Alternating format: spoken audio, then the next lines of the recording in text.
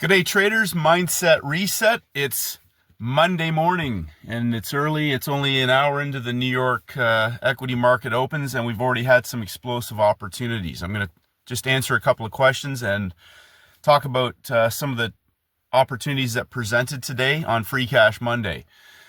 So I want to answer one question right off the bat from one trader, and that was, didn't price need to touch a previous day's higher low on gold? Now, we had a first red day. Now, I talk about my friend Steven in New Jersey, and hopefully I'm not giving Steven too much press time and he's getting some questions. And but here's the thing. I talk about Steven because he's a reversal specialist, and he executes his trades once markets break out, if indeed there is a trade set up there. He's mastered that. He knows which markets he's looking for that on, and he knows the type of behavior of price that needs to happen when it gets there and how he's going to manage and execute that trade.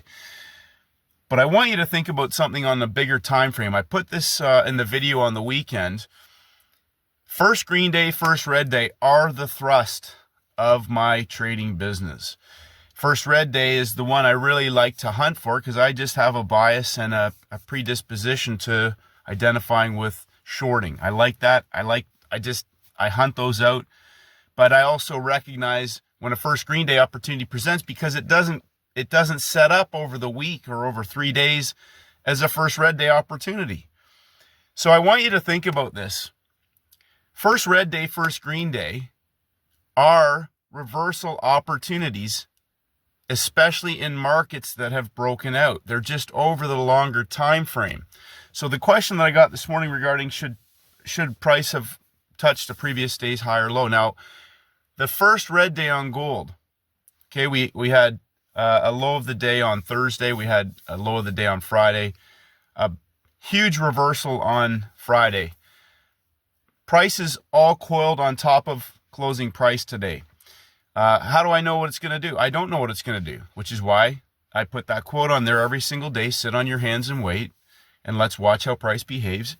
Wait for your best trade candidate. Now, if you understand real first green day and real first red day setups that offer larger time frame opportunities driving those moves, you'll understand that we get a peak formation and a coil, just like we do on a smaller time frame in a 3-session setup. A peak formation and a coil, whether that's a 3-push pattern on a smaller time frame, whether it's an M on a longer time frame, whether it's a V-top on a longer time frame. Hourly charts, 1 hour, 2 hour, third hour reversal. But on a 1-minute chart, it might be 3 pushes to a high and an engulfment for a peak formation reversal. Third hour. But when we get a second day coil on top of closing price, peak formations are up on top of closing price.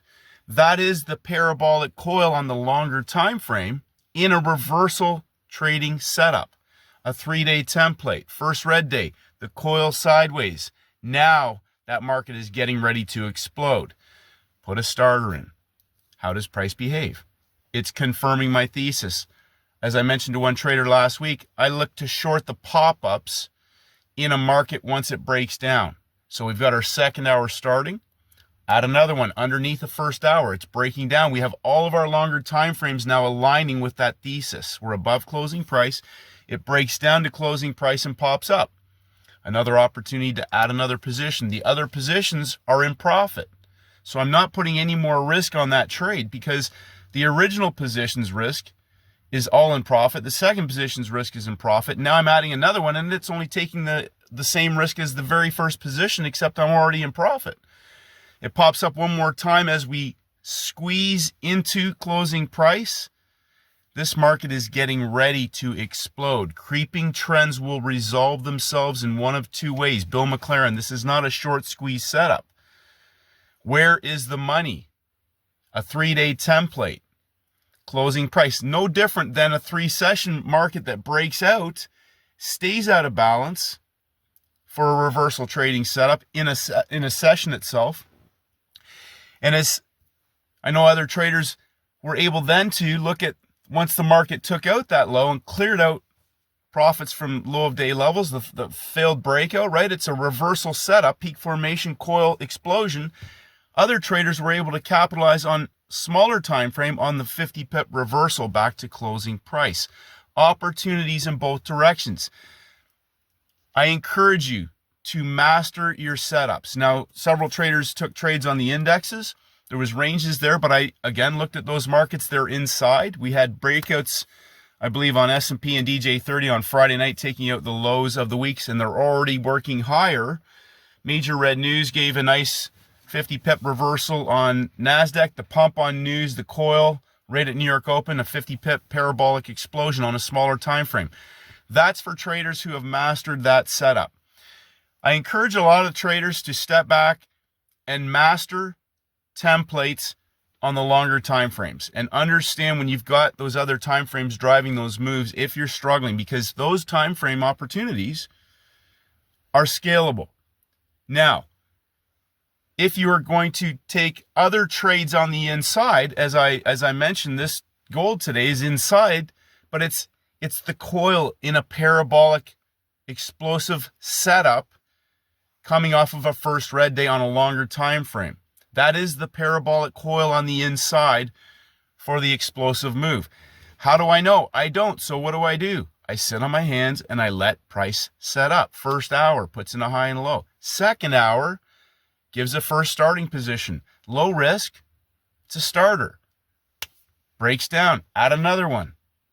Drops down again, pumps up. Inside of our coil now, add another one. Sell pop-ups in a market that's breaking down. So often traders will short the bear candle on the way down once it's already breaking down, and they're shorting and the market pumps up into them.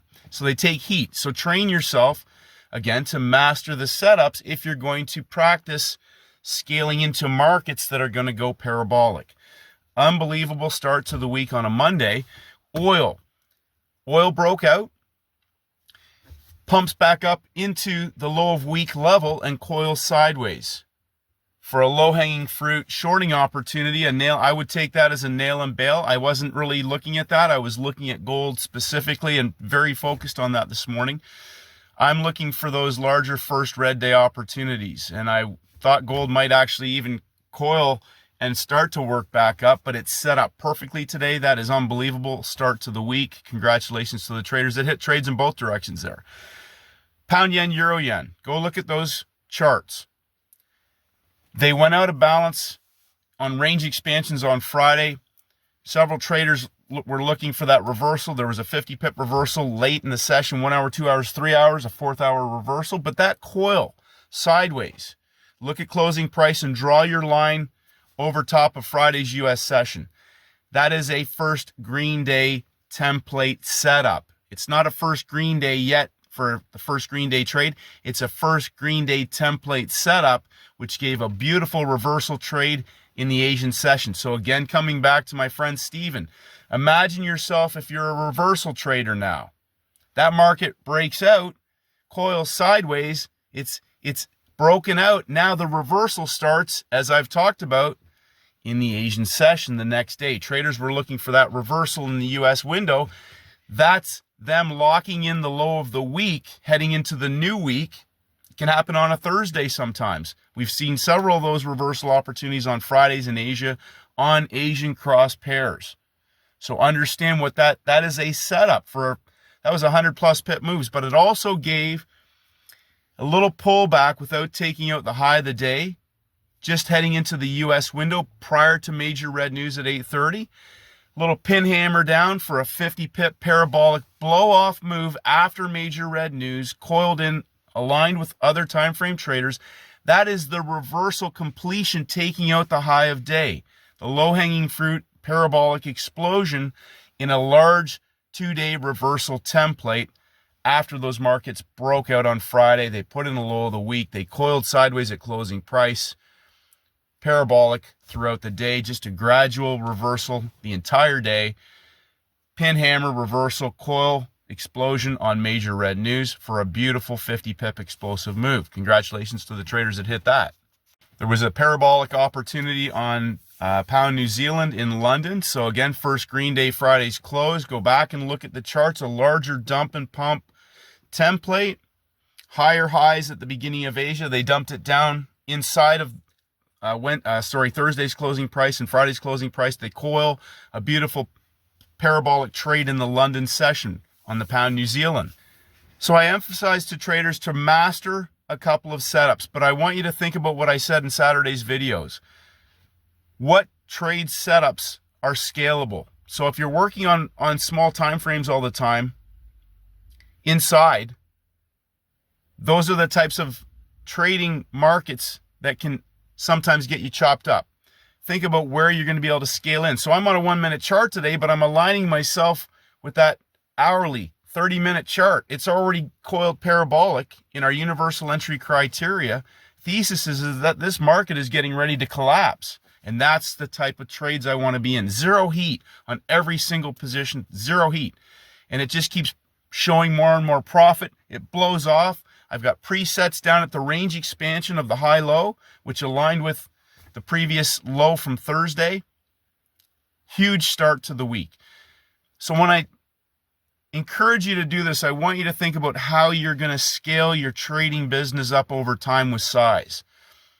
If you can't trade size on some of your setups, real size, think about the type of size you want to get to.